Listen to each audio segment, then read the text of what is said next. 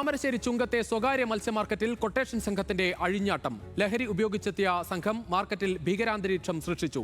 മാർക്കറ്റിലെത്തിയ പോലീസുകാർക്ക് നേരെയും അതിക്രമം നടന്നു. പോലീസ് പിടികൂടിയ ഒരാൾ ഓടി രക്ഷപ്പെടാൻ ശ്രമിച്ചെങ്കിലും അക്രമിയെ ഉദ്യോഗസ്ഥർ സാഹസികമായി കീഴ്പ്പെടുത്തി.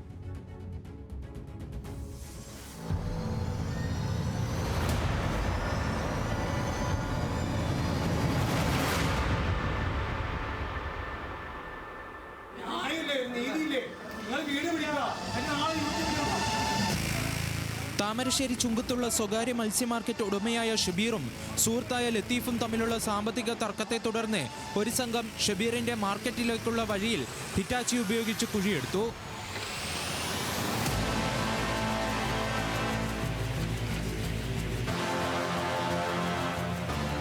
ലത്തീഫിന്റെ നിർദ്ദേശത്തെ തുടർന്നാണ് താമരശ്ശേരിയിലെ കൊട്ടേഷൻ സംഘത്തിന്റെ നേതൃത്വത്തിൽ വഴി തടസ്സപ്പെടുത്തിയത്. താമരശ്ശേരി സ്വദേശികൾക്ക് പുറമെ സംഘത്തിൽ മറ്റു ജില്ലയിലെ ആളുകളും ഉണ്ടായിരുന്നതായി മത്സ്യമാർക്കറ്റിലെ തൊഴിലാളികൾ പറഞ്ഞു.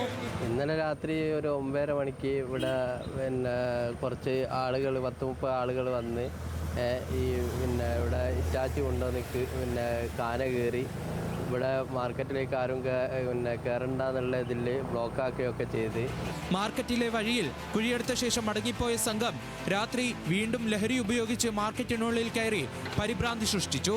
കൊട്ടേഷൻ സംഘത്തിലെ 2 പേർ മാർക്കറ്റ് ജീവനക്കാർക്ക് നേരെ ആക്രമണം നടത്തുകയും വധഭീഷണി മുഴക്കുകയും ചെയ്തു. സർക്കാർ ടാക്സ് അടക്കുന്ന പൈസക്ക് നമ്മൾ മദ്യപിച്ചിട്ടുണ്ട്.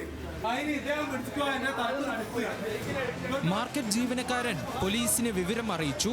സ്ഥലത്തെത്തിയ പോലീസ് സംഘം ആക്രമണം നടത്തിയ 2 പേരെയും കീഴ്പ്പെടുത്തി. പോലീസിനെതിരെയും അക്രമി സംഘം തട്ടിക്കയറി.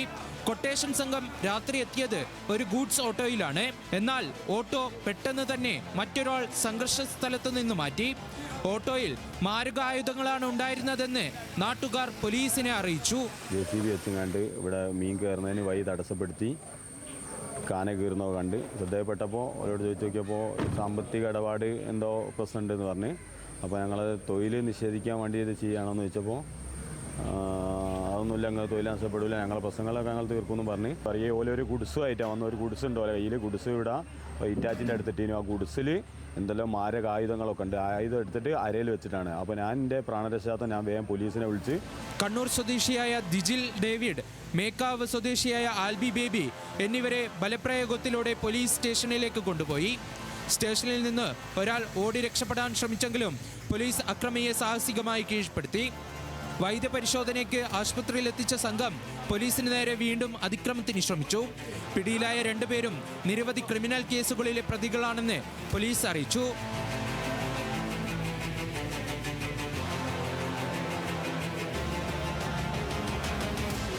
ന്യൂസ് മലയാളം, കോഴിക്കോട്.